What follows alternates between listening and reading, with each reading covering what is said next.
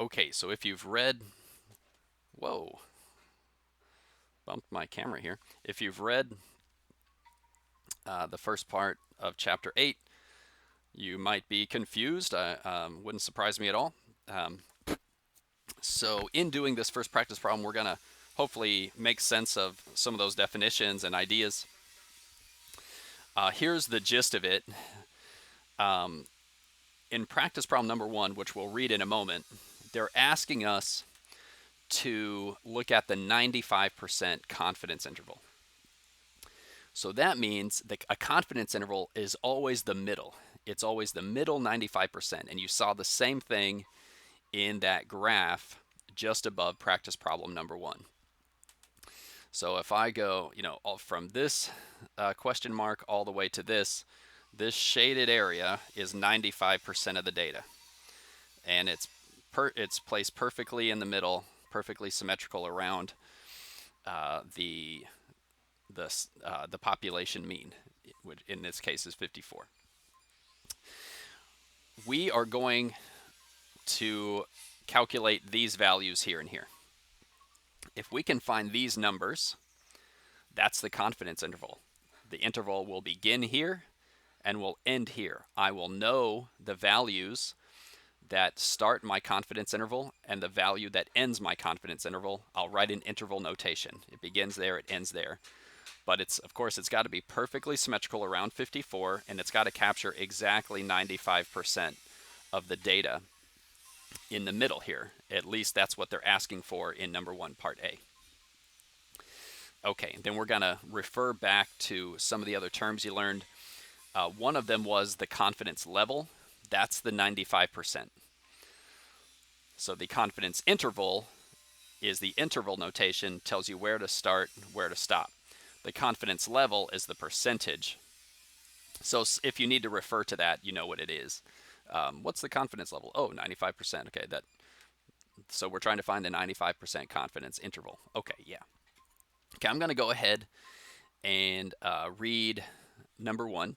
A researcher in the automotive industry wishes to estimate the number of days it takes a car dealer to sell a particular model. Seems like information he would want to have. About how long do these cars take to sell, before I ship a bunch over. A sample of 50 of these models had a mean time on the dealer's lot of 54 days before being sold. Assume the population standard deviation is 6 days. And then in part A, it says find the 95% confidence interval of the population mean. Okay, that's why I've drawn this the way it is, because they're asking us for the 95%. Different questions are going to change that value. But I used that same percentage in the picture just previous to this because the 95% confidence interval is actually a really, really popular one. We could pick anything we want for that percentage, but 95% is we're going to see that one quite a bit. Okay, so they give us some values. They tell us the standard deviation. We're going to bring that back in later.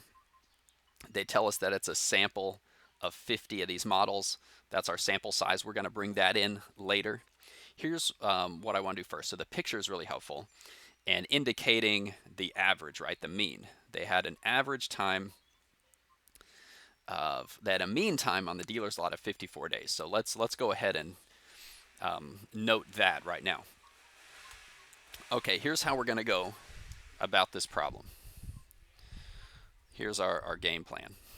Okay, let me pull this up a little bit. We are going to find the z-scores at these two locations, the upper and lower bounds. The technical name for those z-scores, they're called the critical values. If you remember that these are the critical values, I think that's wonderful.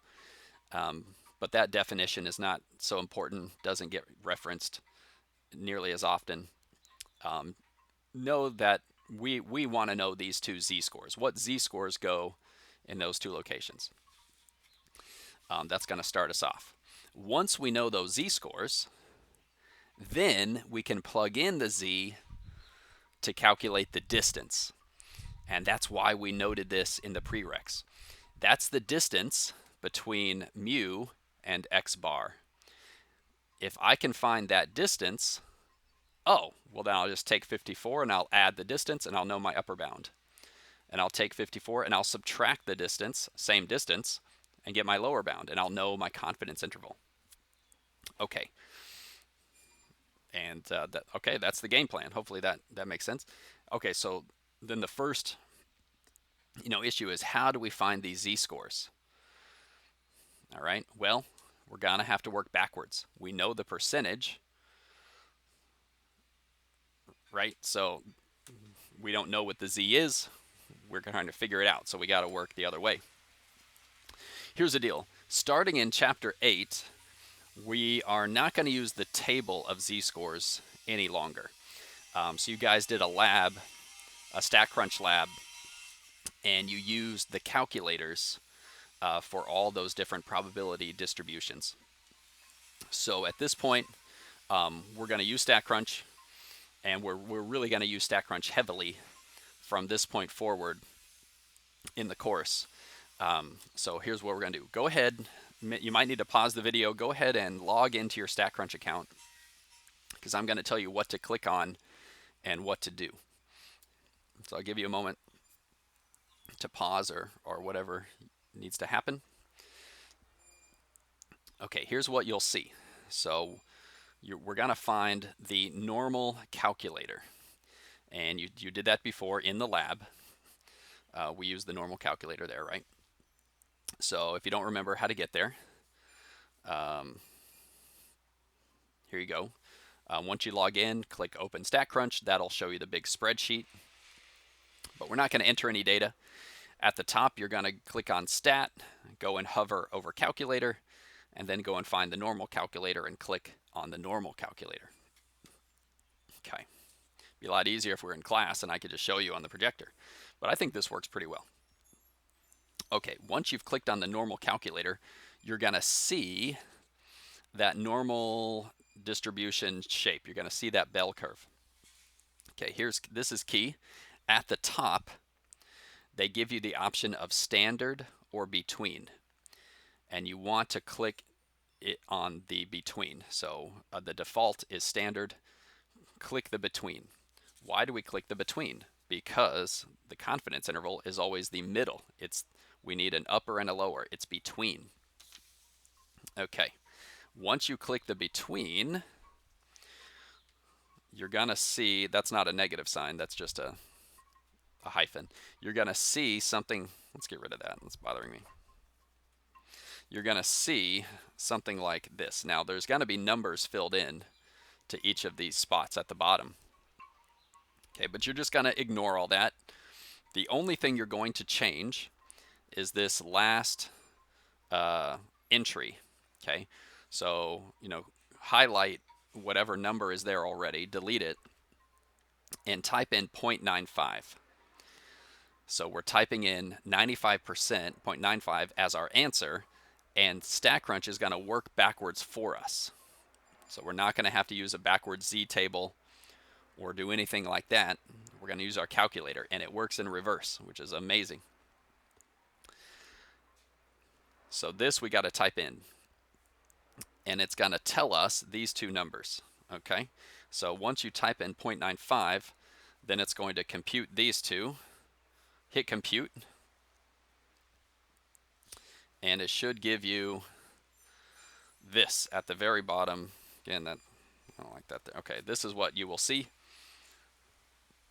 It's going to fill in negative 1.96 and positive 1.96 after you compute.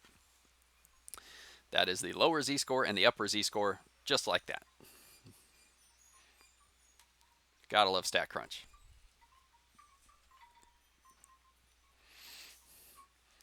Okay, hopefully you follow that along. You're following along. If not, we can actually do this in the live session, and I can share my screen, so I can log into my StatCrunch and show you exactly what I'm doing. But hopefully this was clear enough. All right. Oh, before I go any further, you notice that one is just the negative of the other. That's always going to be the case because it's perfectly symmetrical, right? It's the same distance either way because it's centered.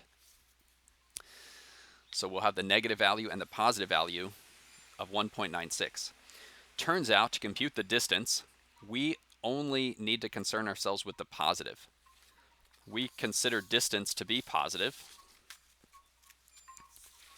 So we'll use just the positive 1.96 in our distance formula. Okay, we don't need to worry about the negative. We know it's symmetrical. So we're going to take that positive 1.96 and plug it in. And this is where we go back and we take the values for the standard deviation and the sample size. So they told us in the problem, if we go and read a sample of 50 of these models. So n is 50. And it says assume the population standard deviation is 6. Okay, so let's put all that in. Our z, our sigma, our n. And I went ahead and rounded to 2 decimal places. That's how they say, that's part of the directions of the question, is to round to 2 decimals. Pretty common. I forget if the homework is typically 2, but I like 2 decimal places. Okay, so there's the distance from the mean to in either direction. So I went ahead, and at this point I think it's a good idea to draw this again. Right, if we were working in class on the board, I'd probably just point back to the previous drawing. Here's what we've done. Here's the middle 95% again, right? We found the distance from the middle to this upper bound to be 1.66. Actually, it's the same both. That distance, both directions, is 1.66.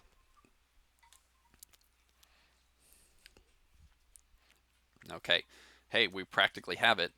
To get the upper bound, all we got to do is, well, take the 54 and add the 1.66. There's our upper bound. For the lower bound, well, we're going the other way, so let's subtract 52.34. And that is our confidence interval. We've got the answer. The 95% confidence interval, kind of like having all that on the screen, you can really see. The 95% confidence interval is 52.34, comma 55.66. That is an interval notation, tells us where to start, where to stop. So if we draw those lines at those 2 locations, we know we have sectioned off the middle 95%.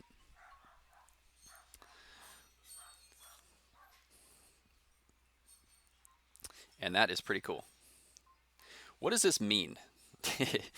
How would we interpret what we've just done? And I completely get that question. Maybe you're following along. Oh, okay, it's a distance. We did. Okay, we add, subtract. All right. We're using the StackWrench calculator. That's really helpful. What does this actually mean? So let me tell you. I've got it written out here. We are 95% confident that the actual population mean is somewhere between these 2 values. It's somewhere between 52.34 days and 55.66 days. Go back to the question. This researcher in the automotive industry wants to estimate the number of days it takes a car, one of these car models, to sell. Okay, so they took a sample of 50, and the sample of 50, the average from those 50 was 54 days exactly. So you might think, well, if you took a sample of 50, that's a pretty big sample. And the average number of days on the lot was 54. So if you were to think of all of the cars, all of the thousands of this particular model, and you wanted to estimate how long, or if you wanted to know what the average was for how long one of them took to sell, well, you could track every single individual car. That'd be one way to do it, and then average all those. Or you could take a much smaller sample, say of 50, and just find the average of those. But then you'd say, you know what, those 50, I know the average was 54, but does that mean, what does that mean for the entire population? Would it be exactly 54? Well, probably not. I mean, it's probably, you take all the entire population, it's probably not going to be exactly the same average as those 50, but that sample of 50 probably gives you a really good idea. So doing these calculations and knowing that it's normally distributed, we don't know what the population mean is for all the thousands of cars, but we're 95% sure that it falls somewhere between these. It might be a little bit bigger than 54. It might be a little bit less than 54. We're 95% sure that it's somewhere in there, the average of all the thousands of these cars, which would mean we're 5%. 5%, you were kind of leaving that it might be something above 55.6, or it might be below 52.34. So we understand there's a chance that it falls outside of these numbers, but we're 95% sure it's somewhere between there. Okay, let's go on to part B. Part B, we're going to do the same problem, but for the 99% confidence interval. Find the 99% confidence interval of the population mean. And again, we'll round to 2. So I've made a very similar drawing. I think I pushed these out a little bit further to the edges. So I've sectioned off the middle 99%.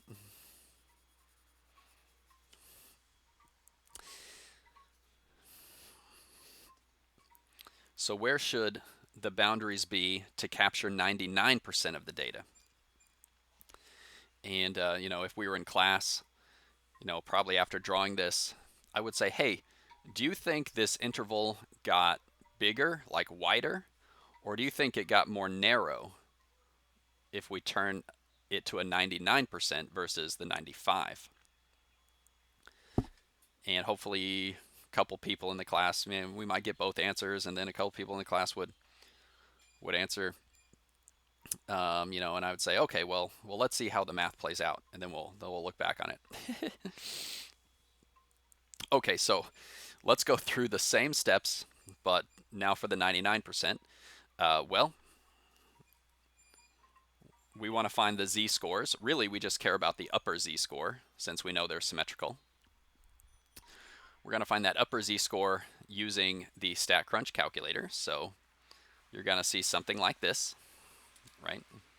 Now, there's going to be your old numbers in there from the previous one, but we're going to delete whatever was in this box. And now we're going to put in 0.99. And we're going to hit compute, and it's going to fill in the other two boxes, and that's what I've got here. It's going to fill them in with these values, positive and negative 2.5758.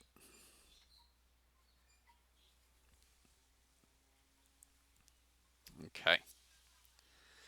So, just like in the last problem, they're symmetrical. We're only going to take the positive one, and we're going to compute the distance. So that's our z-score. We've got the same standard deviation and sample size.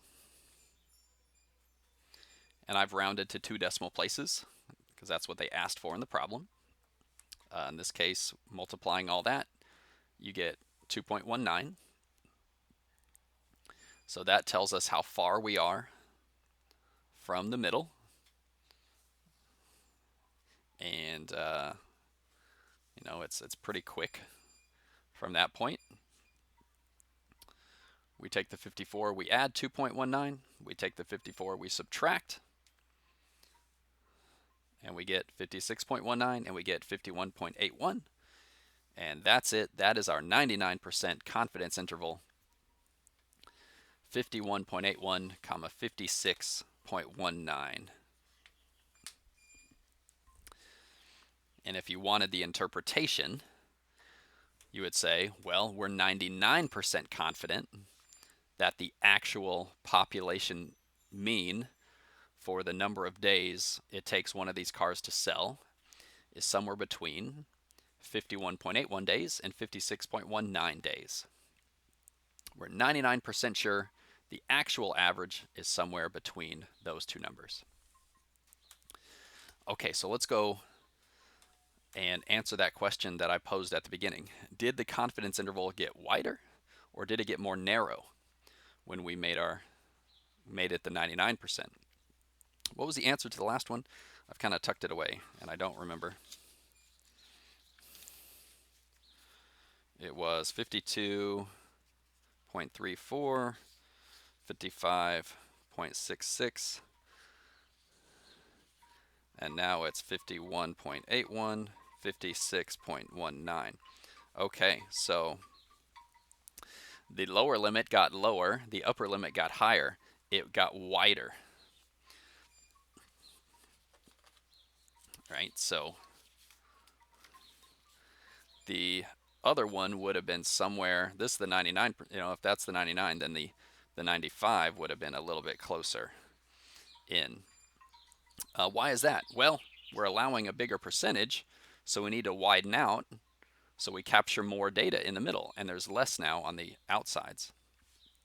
Another way to think of it, though, is if you're 99% confident, you're more confident, that means you need to allow for more error. The more confident you get, the more error you have to accommodate, I guess. So our numbers get a little bit lower and a little bit bigger to make that happen. Okay, let's stop this video here. See you in the next one.